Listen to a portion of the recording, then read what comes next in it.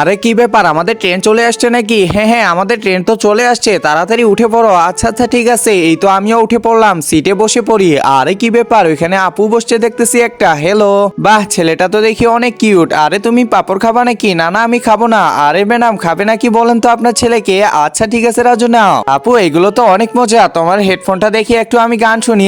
আচ্ছা ঠিক আছে, এই যে নাও। আরে বাহ, অনেক ভালো গান বাজতেছে তো। ঠিক আছে, এখন তাড়াতাড়ি পাপড় গুলো খাও। আরে বাহ, এদের তো দেখি ভালোই মিল হয়ে গেল। আরে গানটা কি মজা, কি বলবো। আরে দেখো দেখো, এ তো ঘুমিয়ে পড়ছে। আমার স্টেশন মনে হয় চলে আসছে। একটা কাজ করি, আপনি ওকে ওখানে শুয়ে দেন। আচ্ছা ঠিক আছে, আমি যাই। আরে কি ব্যাপার, আমার ঘুম ভাঙলো দেখতেছি।